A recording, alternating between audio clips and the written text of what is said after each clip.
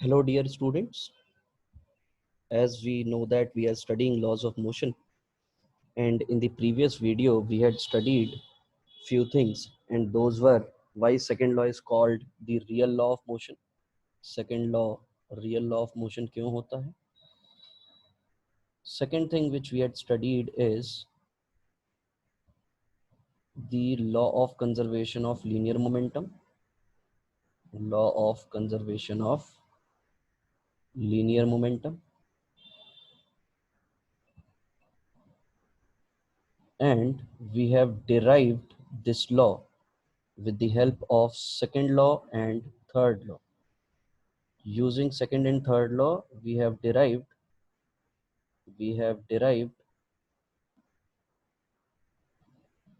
law of conservation of linear moment. So today here, law of conservation of linear momentum. So today we are going to see one application of law of conservation of linear momentum. So the first application is recoiling of gun. First of all, we must be aware that what is the meaning of the word recoiling. Recoiling means the backward jerk which we feel while firing a bullet from the gun. मतलब अगर मान लीजिए मेरे पास ये इस तरीके की कोई गन है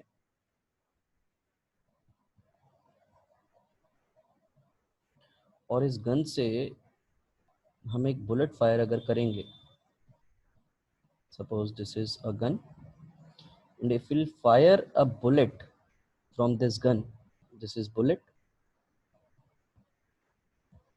this is gun, and if we'll fire a bullet from this gun, we feel a backward jerk.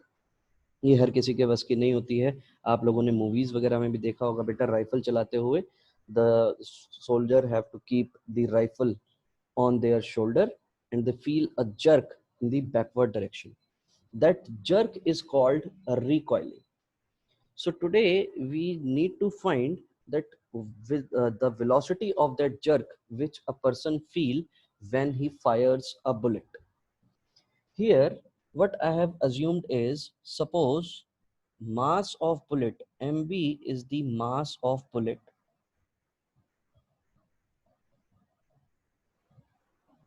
and the bullet is fired with vb velocity. So this is the velocity of bullet,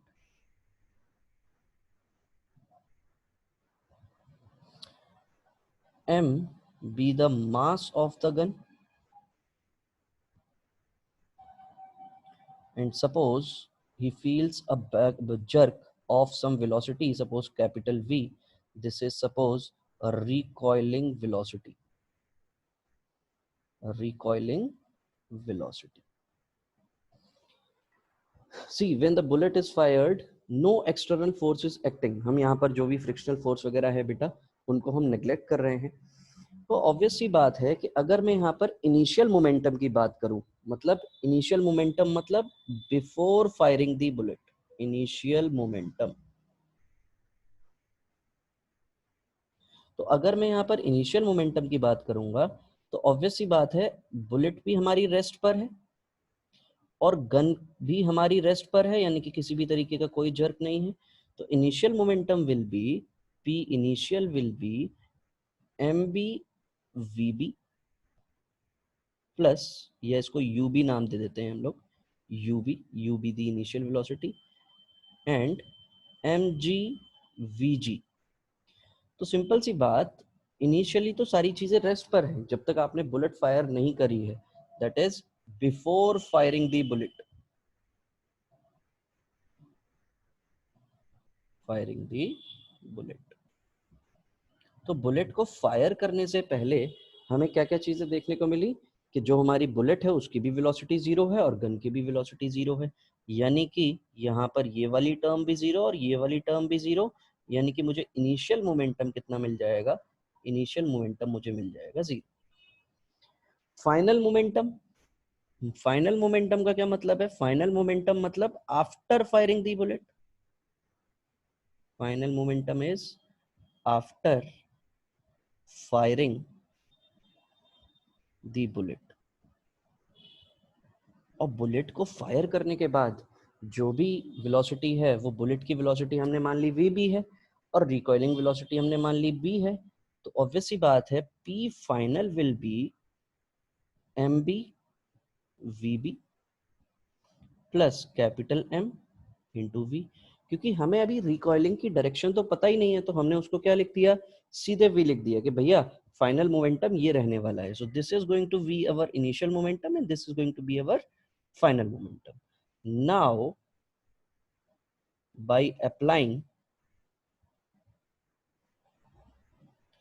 law of conservation of momentum,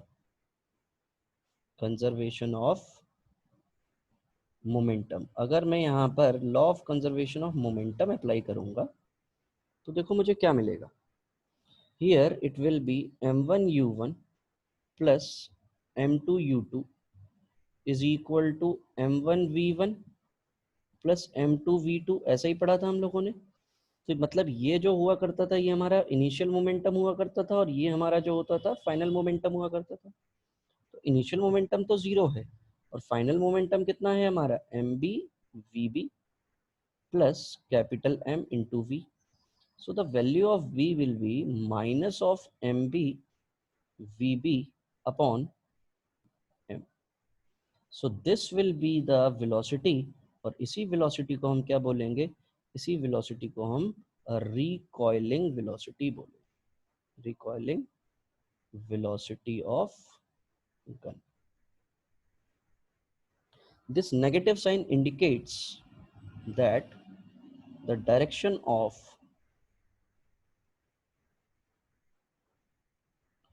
recoiling is opposite of VB, is opposite of VB। मतलब जिस भी direction में आपने bullet को fire किया है उसके just opposite direction में आपको क्या मिलेगी, आपको रिकॉइलिंग ऑफ गन देखने को मिलेगा। बेटा एक इंपॉर्टेंट बात जो यहाँ पर कंजर्वेशन ऑफ मोमेंटम अप्लाई करते टाइम पर आपको ध्यान रखनी है वो ये कि देखो जब कभी भी दो बॉडीज होंगी वो इनिशियली तो इंटरेक्ट नहीं कर रही होंगी। मतलब अगर कहीं पर भी कार का एक्सीडेंट होगा तो पहले तो वो बेचारी नॉर्मली चल रही होंगी, कोई एक्सीडेंट वाली वहां पर कोई बात नहीं होगी।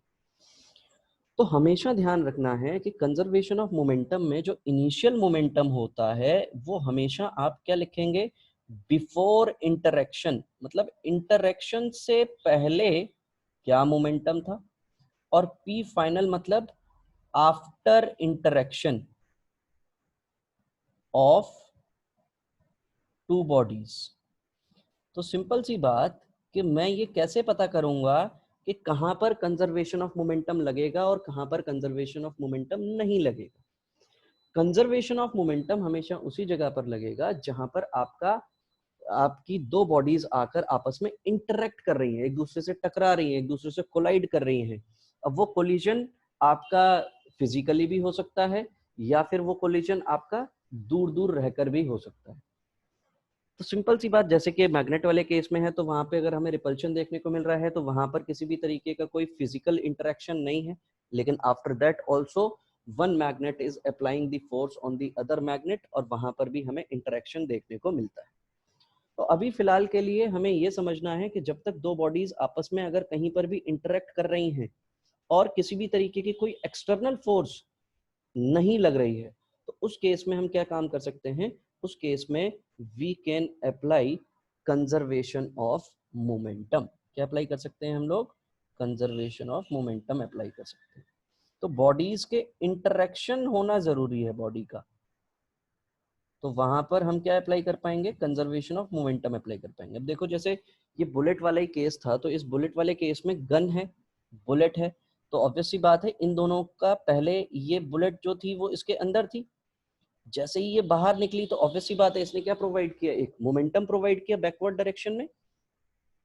तो वो जो मोमेंटम आया तो पहले तो इंटरेक्शन नहीं हो रहा था, लेकिन एकदम से जब बुलेट निकली बाहर तो ऑब्वियस सी बात है वो पहले एक साथ थे और फिर क्या हो रहे हैं बेटा, सेपरेट हो रहे हैं। तो this is also the case of interaction के पहले कोई चीज एक साथ थी और एकदम से वो अलग अलग हो गई। कहने का मतलब ये, जैसे बॉम्ब है, अगर कहीं पर बॉम्ब शेल रखी हुई है और वो बॉम्ब शेल जब एक्सप्लोड होता है तो एक्सप्लोजन के टाइम पर भी वहां पर जो पार्टिकल्स होते हैं वो पार्टिकल्स एक पर्टिकुलर जगह से दूर दूर जा रहे होते हैं, तो वहां पर भी आप क्या अप्लाई कर सकते हैं बेटा, कंजर्वेशन ऑफ मोमेंटम आप अप्लाई कर सकते हैं।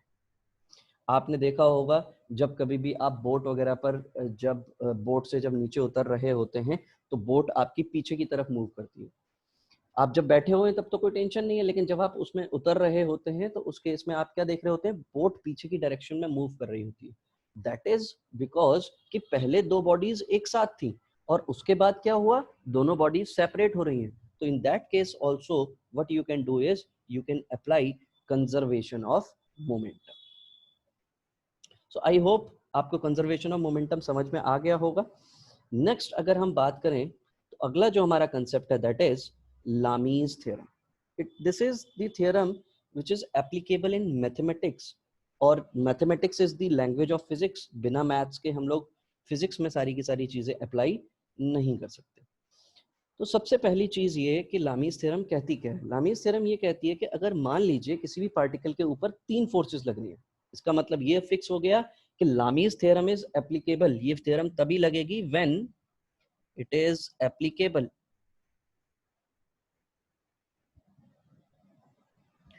Only when three forces acts on a particle. पहली बात, पहली चीज तो ये समझ में आई। सेकेंड इंपॉर्टेंट बात, then on a particle are in equilibrium, मतलब particle should remain in equilibrium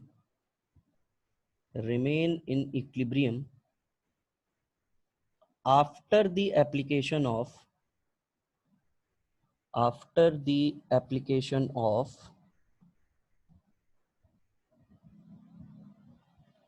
these three forces। ये तीन फोर्सेस की एप्लीकेशन के बाद आपका पार्टिकल क्या रहना चाहिए, इक्विलिब्रियम में रहना चाहिए। इक्विलिब्रियम का मतलब क्या होता है कि इक्विलिब्रियम का मतलब है नेट फोर्स अगर हम निकालने की कोशिश करें उस पार्टिकल के ऊपर तो net force must be zero होनी चाहिए। मतलब particle should not change it's state, particle should not change it's state. क्योंकि अगर स्टेट चेंज हो गया इसका मतलब ये है कि उसके ऊपर फोर्स लग रही है, और अगर स्टेट चेंज नहीं हुआ है इसी का मतलब है कि उसके ऊपर लगने वाली नेट फोर्स क्या रहने वाली है, जीरो रहने वाली है। तो मैं यहां पर इस चीज को मेंशन कर देता हूं बेटा कि if the particle changes state its state it means net force acting on it is not zero। Net force अगर उसके ऊपर एक्ट कर रही है तो वो नेट फोर्स क्या नहीं होगी, वो नेट फोर्स जीरो नहीं होगी। नेट फोर्स जीरो का मतलब तभी होगा जब वो अपनी स्टेट को चेंज ना करे, और स्टेट को अगर वो चेंज नहीं कर रहा है इसका मतलब ये है वो किस में रखा हुआ है बेटा, इक्विलिब्रियम में रखा है। तो देखते हैं ये क्या बोलने की कोशिश कर रहा है अब आगे। Then each force is proportional to the sine of the angle between other forces. तो एक डायग्राम बनाने की कोशिश करते हैं बेटा यहाँ पे। Suppose this is a particle, particle है तो ऑब्वियसली बात है इसको पी नाम दे देते हैं। If this is a particle and three forces are acting on it, suppose this is force F1, this is force F2 and this is force F3 acting on a particle, and we have assumed this particle is in equilibrium। ये condition होनी चाहिए, particle is in equilibrium। अगर ऐसी condition है तो हमें क्या चीज देखने को मिलेगी, देखिएगा यहाँ पर एंगल्स अज्यूम कर लिए कि भैया F2 और F3 के बीच में सपोज एंगल है अल्फा, F1 और F3 के बीच में एंगल है सपोज बीटा, और F1 और F2 के बीच में सपोज एंगल है गामा। तो जो भी F1 फोर्स होगी that will be directly proportional to the sine of the angle between the other two forces। यही तो लिखा है, the sine of the angle between other forces। तो other forces का मतलब F2 और F3। तो this will be proportional to, यानी कि मैं इसको सीधे सीधे क्या लिख सकता हूँ, sine of angle अल्फा। ऐसे ही अगर मैं F2 लिखूंगा तो मैं इसको क्या लिख पाऊंगा, sine of angle बीटा। इसी को अगर मैं F3 लिखूंगा तो मैं इसको क्या लिख पाऊंगा, साइन ऑफ एंगल गामा। क्योंकि F3 ये रहा तो F2 और F3 के बीच का एंगल देखना पड़ेगा हमें। एक चीज ध्यान रखनी होती है यहाँ पर कि आप F2 और F3 के बीच में, सर ये वाला एंगल भी तो है बेटा, but this angle will not be considered because F3 उसके बीच में आ रहा है। मतलब F2 और F1 के बीच में जो एंगल होना चाहिए उसमें F3 नहीं आनी चाहिए बीच में। तो इस चीज को आपको ध्यान रखना है। ऑब्वियस सी बात है कि प्रोपोर्शनैलिटी का साइन है, तो प्रोपोर्शनैलिटी का साइन हटाने के लिए मुझे क्या करना पड़ेगा, F1 इज इक्वल टू के साइन अल्फा लिख दूं मैं इसको। यहां से F2 को हटा के F2 is equal to proportionality का साइन हटा करके साइन बीटा लिख देता हूं, और यहाँ पर मैं F3 को हटा के, सॉरी प्रोपोर्शनैलिटी के साइन को हटा के साइन गामा लिख सकता हूँ। तो यहाँ पर पहले वाले केस में मुझे K is equal to F1 upon sine alpha मिल जाएगा, दूसरे वाले केस में K is equal to F2 upon sine beta मिल जाएगा, तीसरे वाले केस में K is equal to F3 upon sine gamma मिल जाएगा।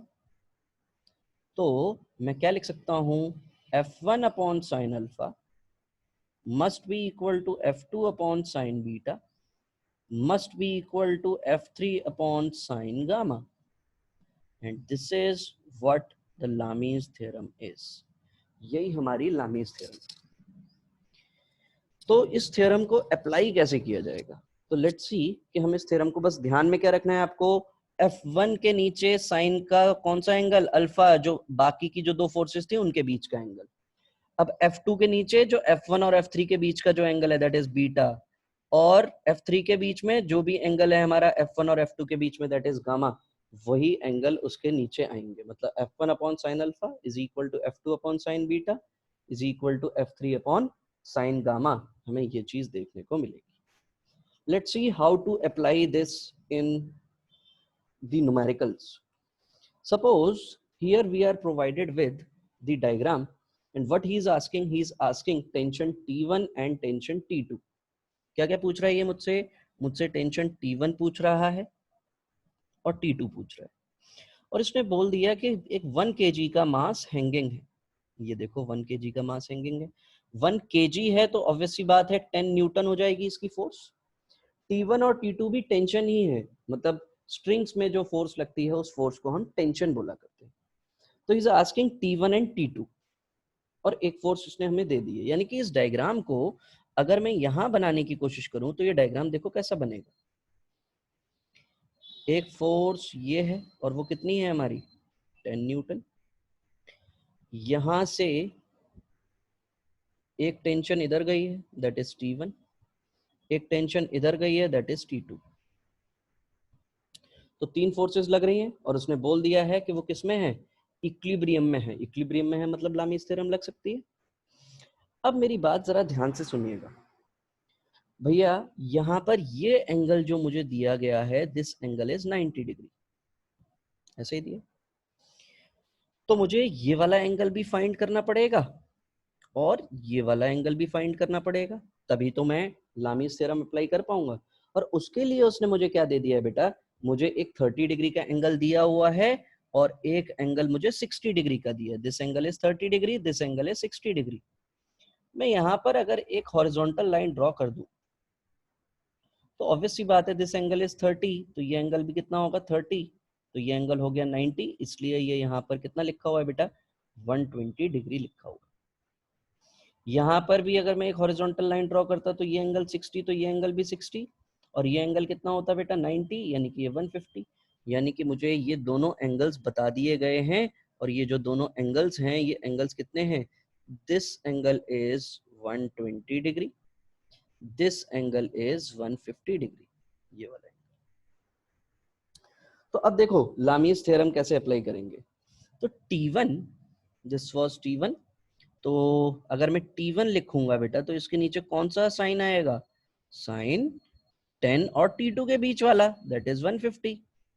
This is equal to T2 upon, इसके साथ कौन सा साइन आएगा, sine 120, and this will be equal to 10 upon sine 90। 10 के अपोजिट मतलब T1 और T2 के बीच का एंगल, दैट इज 90 डिग्री। तो अगर मैं यहाँ पर ध्यान से देखूं तो साइन, इन दोनों एक्सप्रेशंस को अगर मैं एक साथ लिखूं तो T1 अपॉन साइन 150 की वैल्यू कितनी होती है, साइन 150 की वैल्यू होती है 1/2 इज इक्वल टू 10। तो यहाँ से T1 की वैल्यू कितनी आ गई, 10 into 1/2, that is 5 Newton. In the same way अगर मैं क्या काम करूं, मैं इन दोनों को कंबाइन कर दूं, इन दोनों को अगर मैं कंबाइन करूंगा तो T2 upon sine 120 is equal to 10। तो T upon √3/2 is equal to 10। तो T2 is equal to 10 into √3/2, T2 is equal to 5√3 newton. तो लामीज थ्योरम कब अप्लाई की जा सकती है, सबसे पहली कंडीशन कि हमारा जो पार्टिकल है that must remain in equilibrium, पहली चीज, एंड उस पार्टिकल के ऊपर कितनी फोर्स लगनी चाहिए, only 3 forces must act on the particle, only then we can apply Lami's theorem। I hope आज के आपको दोनों कंसेप्ट बहुत अच्छे से समझ में आए होंगे बेटा। Rest we'll see in the later video. Thank you so much.